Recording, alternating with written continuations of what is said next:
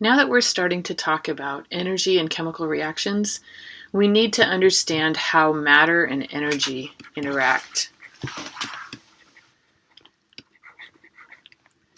The most accessible way for us to study this is to start by looking at light. Now, we're used to thinking about light, and most of the time when we think about it, we just are thinking about visible light. But that's not actually very much, it's not very much of the total electromagnetic spectrum, because all light is a form of electromagnetic radiation.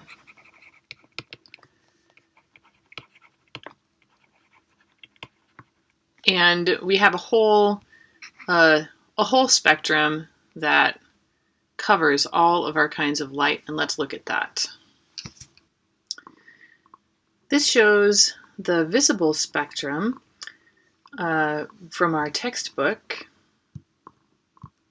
but this shows also how the visible spectrum fits into the rest of the electromagnetic radiation, or the electromagnetic spectrum, I mean. So you can see that our visible is actually only a very small amount of the overall electromagnetic spectrum. So take a look at this picture for a little bit and notice that we have several different scales going on here.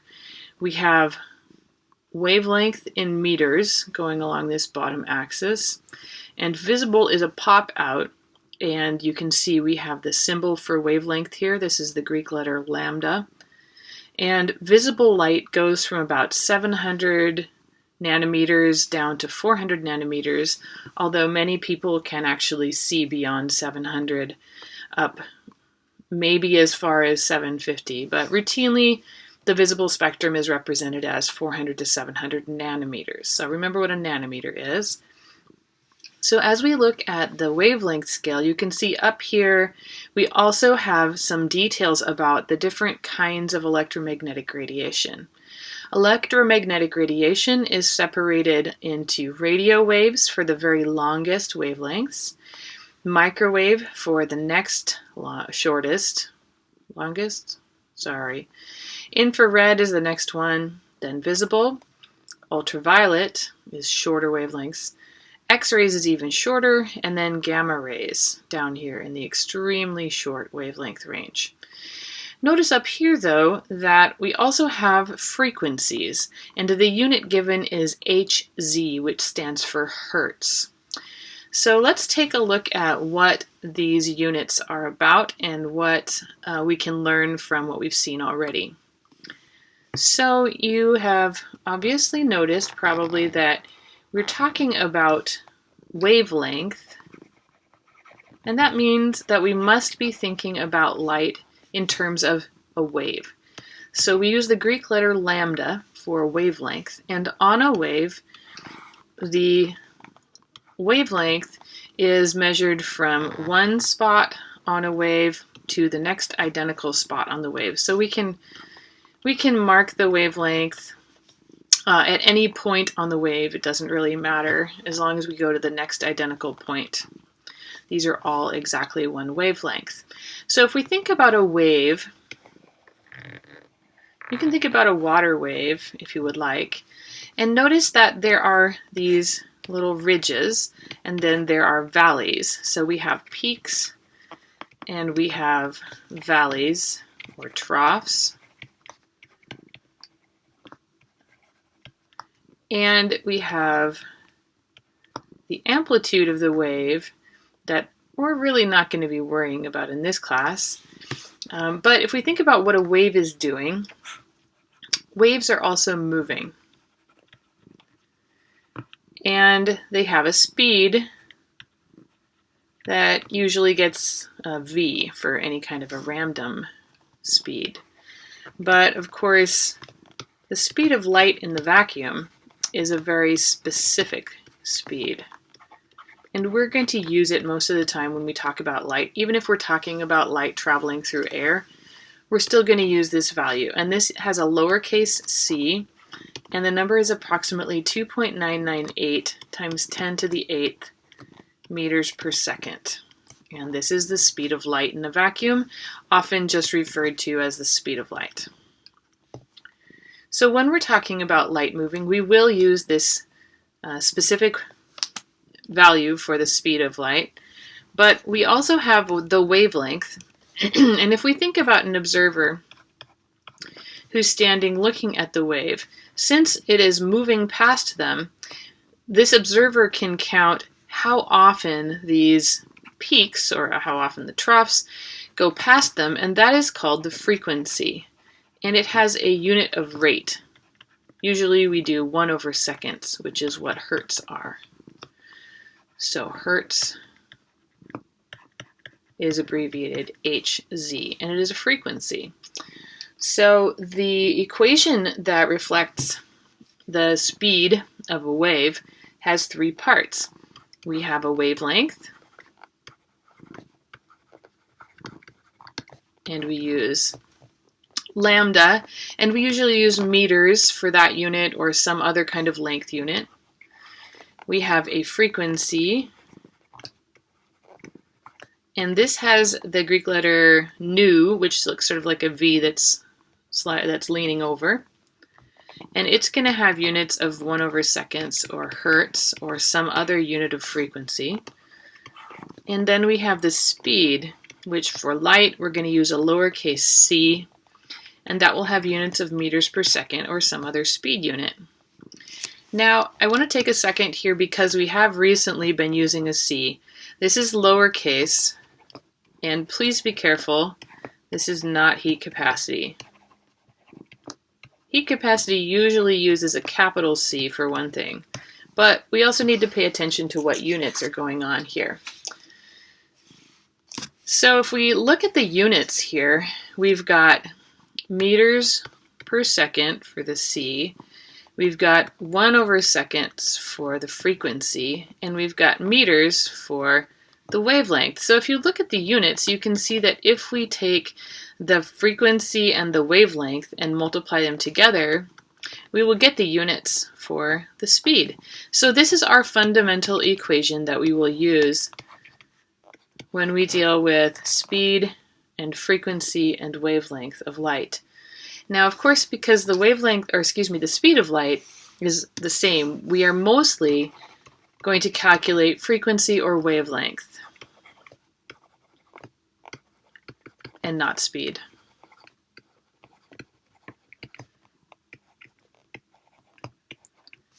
And like all of these equations, we need to have 2 out of the 3 values, and then we will solve for the third value. So let's look at a couple of practice problems. So if light has a frequency of 9.21 times 10 to the 14th 1/seconds, what is its wavelength in nanometers? So first we need to remember what a nanometer is. Hopefully you remember that 1 meter is equal to 1 times 10 to the 9 nanometers. Nanometers are very small. We could also write that 1 nanometer is equal to 1 times 10 to the minus 9 meters, and these are both true. So we're going to solve for the wavelength here. So if we rearrange this equation, we'll have wavelength is equal to speed over frequency. So let's put our numbers in. The speed is 2.998 times 10 to the 8 meters per second. The frequency is 9.21 times 10 to the 14 1/seconds. So when we solve this, we will get 3.26 times 10 to the minus 7 meters. But we wanted the answer in nanometers, so we'll do that unit conversion. So 1 meter is 1 times 10 to the 9 nanometers, and it does not matter which unit conversion you use, they will both turn out to be the same. So this will give us 326 nanometers. Now take a moment here and go back to that electromagnetic spectrum figure in the book and take a look and figure out what kind of light this is.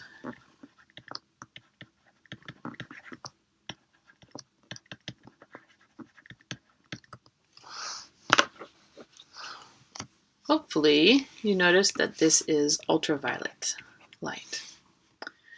Now, what hopefully is also very obvious at this point is that we are going to be using scientific notation and exponentials a lot in this part. So make sure that you are used to using it with your calculator and that you feel comfortable with it. So let's go ahead and do a couple more calculations. So let's calculate what is the frequency for light with a wavelength of 963 nanometers. So we're going to use the same equation. We're just going to solve for the frequency instead. So that will be c over lambda. 2.998 is our speed of light times 10 to the 8 meters per second. And then I'm a little bit lazy. When I do this unit conversion, rather than actually converting it all the way into meters and changing where my decimal places are, I'll usually just write 963 times 10 to the minus 9 meters and go from there. Even though this is non-standard scientific notation, it's just easier. So when we do this calculation, we get 2.39 times 10 to the 15, 1 over seconds, or you could have this be an answer in hertz. Either one is fine. 1 over s, 1 over seconds is equal to hertz, so you can use them interchangeably. Now, what kind of light is this? You should discover that it is infrared radiation. So let's review our types of radiation from that figure. We have from shortest wavelength to longest wavelength. We have gamma rays, then X-rays, ultraviolet, visible, infrared, microwave, and then radio.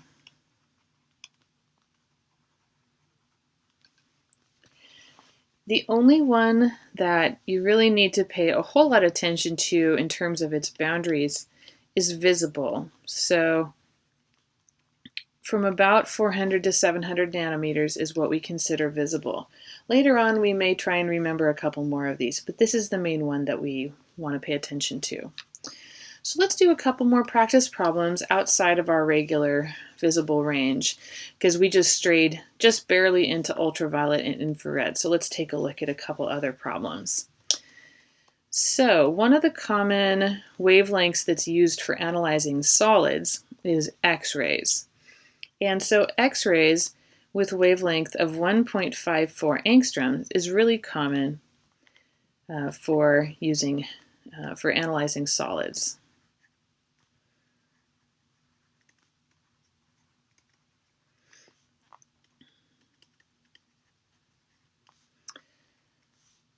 This funny A with a bubble on top is angstrom, and 1 angstrom is the same as 1 times 10 to the minus 10 meters. So it's just one power of 10 smaller than a nanometer. So we're going to calculate the frequency.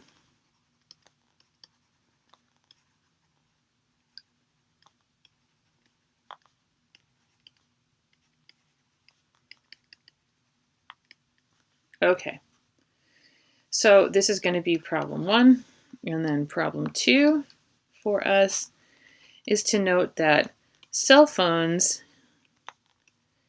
using 4G signal operate at a variety of wavelengths, including, at a variety of frequencies, which is the same thing, including 2100 megahertz. Remember what megahertz is, right? Mega is the prefix meaning 1 times 10 to the 6th, and hertz is 1 over seconds. So let's calculate the wavelength of this cell phone frequency. So pause the video and give that a try, and then let's come back together and do it. Okay, your process is exactly the same that we did before. Frequency is c over lambda, so we're going to use 2.998 times 10 to the 8th meters per second divided by 1.54 times 10 to the minus 10 meters. So when we do that, we should get 1.95 times 10 to the 18 hertz.